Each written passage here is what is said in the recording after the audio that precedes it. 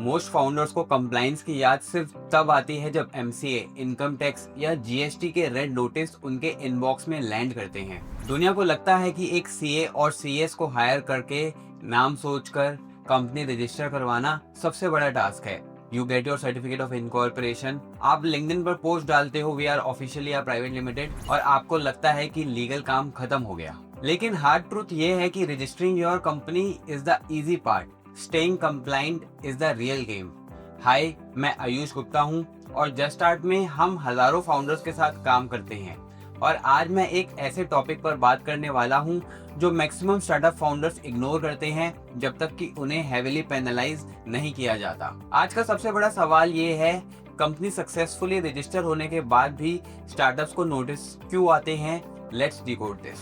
देखिए, problem mindset में है। एज अ फाउंडर आपका दिमाग प्रोडक्ट बनाने में, सेल्स लाने में और टीम बिल्ड करने में लगा होता है। आप कंपनी रजिस्ट्रेशन को एक फिनिश लाइन समझते हैं। कंपनी बन गई, अब सिर्फ बिजनेस पर फोकस करेंगे। In reality incorporation finish line नहीं है, स्टार्टिंग लाइन है। जैसे ही आपकी कंपनी बनती है, आरओसी रजिस्ट्रार ऑफ कंपनीज का टाइमर स्टार्ट हो जाता है।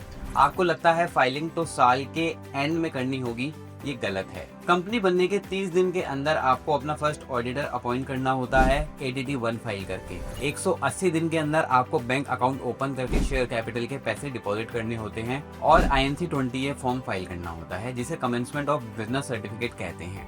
अगर आपने ये नहीं किया तो टेक्निकली आप बिजनेस स्टार्ट ही नहीं कर सकते, और आरओसी आपकी कंपनी को स्ट्राइक ऑफ कर सकता है। उसके बाद आती है एनुअल फाइलिंग्स, जैसे कि AOC 4, MGT 7, डायरेक्टर की KYC।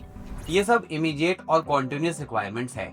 अगर आप इग्नोर करते हैं तो गवर्नमेंट आपको इग्नोर नहीं करेगी। Let me illustrate this with a real life scenario जो हम अपनी इंडस्ट्री में रोज देखते हैं।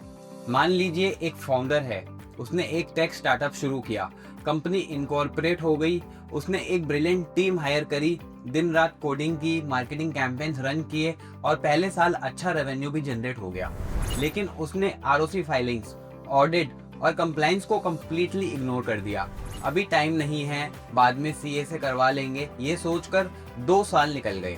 अचानक एक दिन बैंक से कॉल आता है कि आपका कॉर्पोरेट अकाउंट फ्रीज हो गया है। क्यों?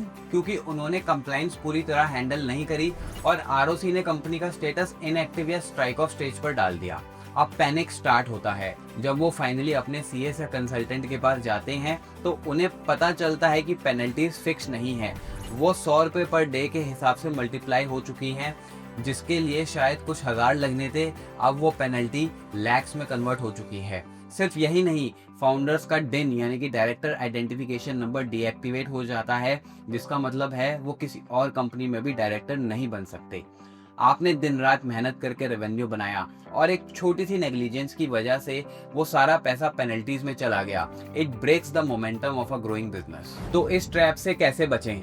अगर आप एक फाउंडर हैं तो आपको अपना फोकस बिजनेस ग्रोथ पर ही रखना है, लेकिन इन 4 रूल्स को अपना सिस्टम बना लीजिए। Lesson number 1, track all due dates. आपको सारी लीगल डेट्स खुद याद रखने की जरूरत नहीं है, लेकिन आपके पास एक कंप्लाइंस कैलेंडर जरूर होना चाहिए। जीएसटी कब जाना है, टीडीएस कब फाइल होना है, आरओसी की डेट्स क्या है, इस बात की बेसिक अवेयरनेस एक फाउंडर को होनी ही चाहिए। लेसन नंबर 2 है यूज कंप्लाइंस रिमाइंडर्स। आजकल हर चीज ऑटोमेट हो सकती है। अपने कंसल्टेंट्स के साथ क्लियर कम्युनिकेशन रखिए या compliance tracking tool software use कीजिए जो आपको ड्यू डेट से 15 दिन पहले अलर्ट दे दे।